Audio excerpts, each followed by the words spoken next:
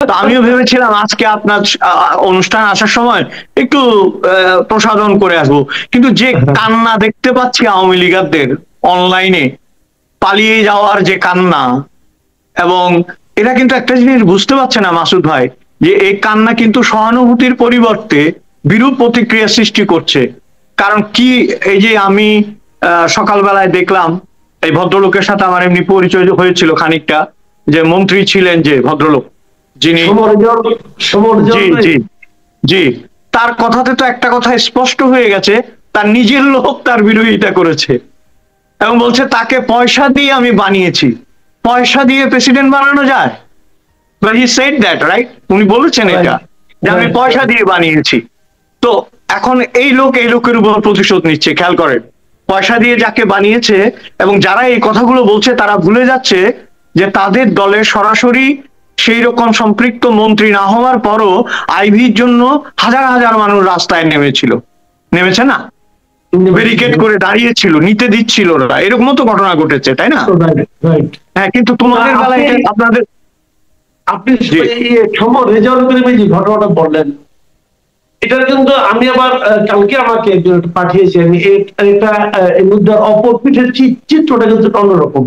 সেটা কেমন, ওই যে ছেলের কথা উনি বলেছেন, যাকে আমি পয়সা দিয়ে সভাপতি বানিয়েছি, ওই ছেলেটা একটা ফেসবুক স্ট্যাটাস দিয়েছে।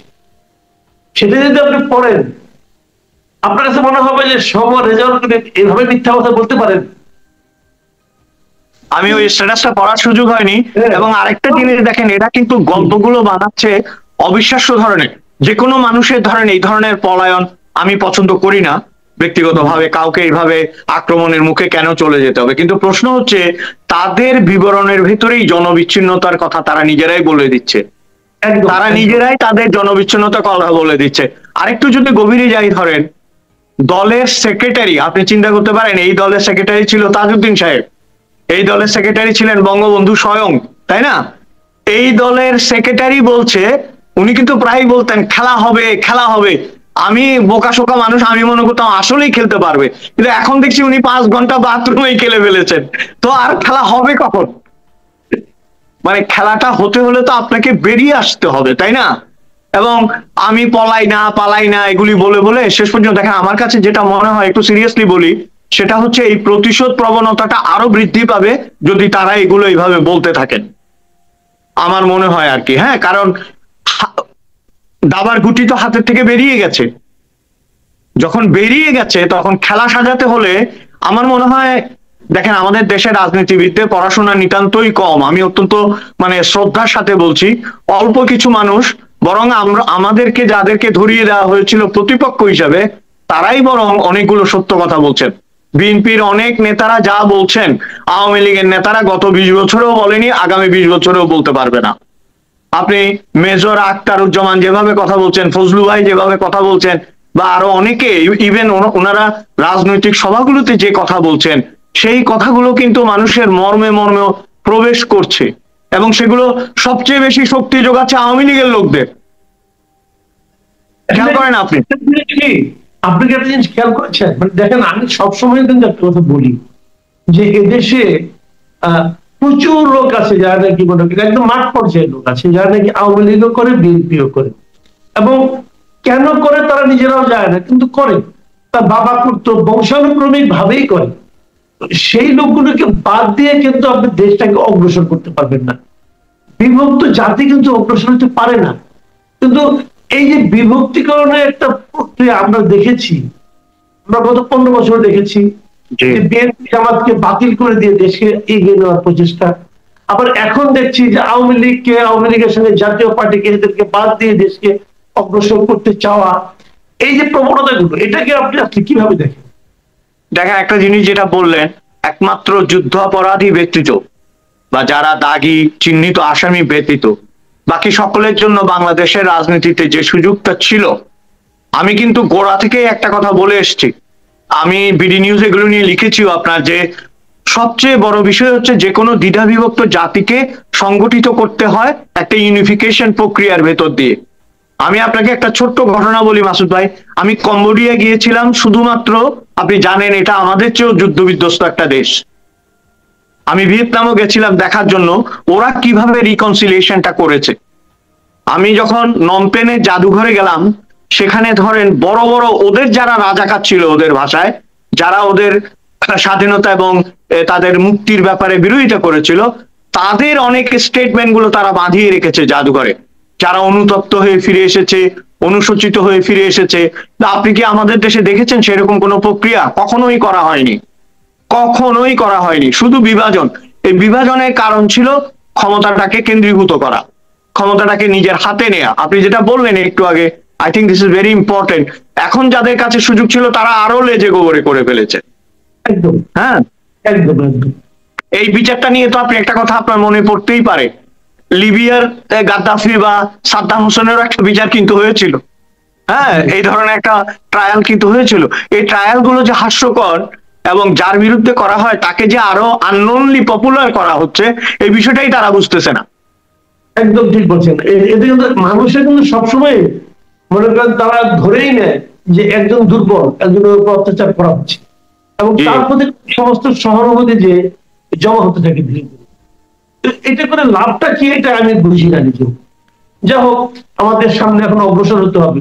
আপনি যে কথাটা বললেন, এই যে মানে দুইজন লোকের নামে উচ্চারণ করলেন, সমর রেজাউল করিম এবং ওবায়দুল কাদের, এবং বলেন যে তাদের এই সমস্ত কর্মকাণ্ড তাদেরকে তো হাস্যকর করেছে, এবং দেশে যে সমস্ত আওয়ামী লীগের লোকজন রয়েছে তাদের জন্য কিন্তু একটা বিব্রতকর পরিস্থিতি তৈরি করে। একটা জিনিস যদি আমাকে একটু বলার অনুমতি দেন, একটা জিনিস খেয়াল করেন, আপনি ওই দলটার সাধারণ সম্পাদক, যে দলটি 15 বছর দোদণ্ড প্রতাপে দেশকে শাসন করেছে এবং কুক্ষিগত করে রেখেছে ক্ষমতা, তাই না?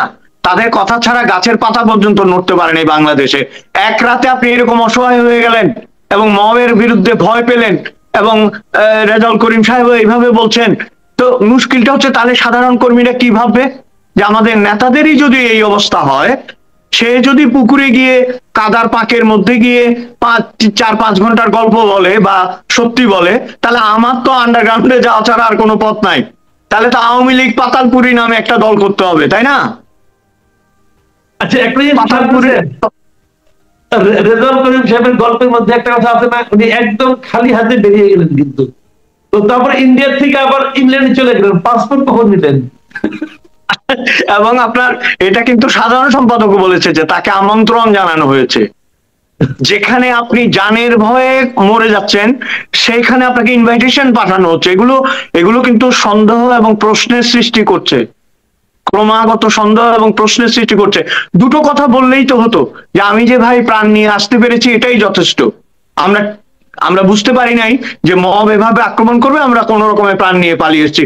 যত যত আপনি ব্যাখ্যা দেবেন, একটা কথা আছে না, আপনি যদি সত্য বলেন তাহলে সেটাকে সাপোর্ট করার জন্য যুক্তির প্রয়োজন হয় না। আর আপনি যদি মিথ্যা বলেন, 101টা কথা সাপোর্ট করে বলতে হবে এবং ক্রমাগত ভাবে আপনি আসলটা ভুলে যাবেন। এটাই নিয়ম।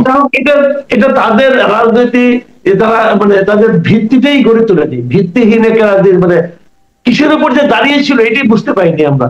তা না হলে তাসের ঘরের মতো ভেঙে যায় কেন, এটাও ক্লিয়ার না। জনগণের সঙ্গে সম্পৃক্ততা না থাকলে যা হয়, হয়তো যা হয় ধীরে ধীরে তাসের ঘরে পরিণত হয়েছিল। আর নেত্রীকে রেখেছিল তারা, তাদের নেত্রী বা আমাদের মাননীয় প্রধানমন্ত্রী, ভূতপূর্ব প্রধানমন্ত্রী শেখ হাসিনা, তাকে রেখেছিল কাচের ঘরে। সেটা নয়, বুঝলাম। এটা এখন আমরা কোন দিকে যাচ্ছি? এখন যা দেখছেন, যারা দায়িত্ব নিয়েছেন, তারা কি আপনি মনে করেন দেশকে সঠিক গন্তব্যের দিকে নিয়ে যেতে পারছেন? মোটেও না। আমি আপনাকে এখানে একটা কথা বলতে চাই যে ইতোপূর্বেও আওয়ামী লীগ অনেক শক্তির বিরোধিতার সম্মুখীন হয়েছিল এবং উত্তীর্ণ হতে পেরেছিল। কেন পেরেছিল? তাদের ওই শত্রুগুলোর মধ্যে কারো মেধা ছিল, শক্তি ছিল না। কারো শক্তি ছিল, মেধা ছিল না।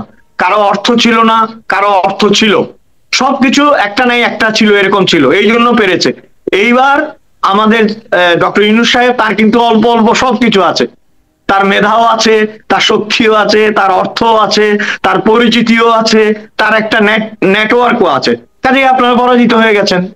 যখন শক্ত প্রতিপক্ষের কাছে পড়েছেন, পরাজিত হয়ে গেছেন। আচ্ছা, পরাজিত নয় হলাম, কিন্তু ডক্টর ইউনূস কি আমাদেরকে আমাদের মানে যে কাঙ্ক্ষিত গন্তব্য সেদিকে নিয়ে যেতে পারছেন কিনা? ওনার নেতৃত্বে। মোটেও না। তার কাছে আমাদের যে প্রত্যাশাটা ছিল, ধরেন একজন নোবেল লরিয়েট হিসেবে বা একজন অরাজনৈতিক ব্যক্তি হিসেবে এবং সর্বজন পরিচিত একজন মানুষ হিসেবে আমাদের ধারণা ছিল যে তিনি দেশকে একটা অন্য ধরনের অভিধা দেবেন, অন্য ধরনের একটা ইমেজে তিনি দাঁড় করাবেন নিজেকেও। কিন্তু সেটা তো ক্রমাগতভাবে ধ্বংস হয়ে যাচ্ছে। আজকে আপনি আপনি নিজে দেশের ভেতরে আছেন, যে কোনো মানুষকে জিজ্ঞেস করলেই তার একটা দীর্ঘশ্বাস ফেলে বলে আমরা ভালো নেই। চাপা জিনিসটা কিন্তু খুব খারাপ, একটা চাপা ক্ষোভ কিন্তু মানুষের ভিতর কাজ করছে, তাই না? আপনি এই যে আমি শুরুতে বললাম মব ইনজাস্টিস, আপনারা মব জাস্টিস বলছেন, মব ইনজাস্টিস, এইটা কোনো দেশে হতে পারে? দিনের পর দিন কিশোর গ্যাং, এটা দিনের পর দিন চলতে পারে? আমার ইচ্ছে হলে আমি গিয়ে একজন প্রিন্সিপালকে নামিয়ে দেব, আমার ইচ্ছে হলে আমি একজন সচিবকে অপমান করব। প্রত্যেকেরই তো দোষ ত্রুটি আছে, কিন্তু এটা তো একটা নিয়মের মধ্যে দিয়ে চলবো, চলবে। আমি বিশ্বাস করি কি জানেন, it's a completely hopeless situation and guided by a hopeless king. আপনি ওনাকে হোপলেস কিং বললেন, ওনাকে নিয়ে তো অনেকে অনেক বেশি আশা করেছিলাম আমরা, আপনার এলাকার লোক। দেখুন, as a person, as a Nobel laureate, as a merit, he is a hopeful person definitely, 100 out of 100। কিন্তু যখন আমি কিং শব্দটা ব্যবহার করেছি, তাহলে তো অমর্ত্য সেনও ভারত চালাতে পারে, পারে না? হ্যাঁ, তাহলে তো আইনস্টাইনের উচিত ছিল ওই দেশকে শাসন করা। সক্রেটিস আর এরিস্টটল রাস্তায় বসে কেন জ্ঞান বিতরণ করেছে? ওরা ক্রাউনে বসে জ্ঞান বিতরণ করতে পারতো না? কারণ আপনি যদি জ্ঞানী হন, আপনি তো সাধারণের কাছে যাবেন। আপনার মেজরিটির প্রয়োজন নাই মাসুদ ভাই। আপনাকে আমি একটা ছোট্ট গল্প বলি, 2-1 মিনিট লাগবে।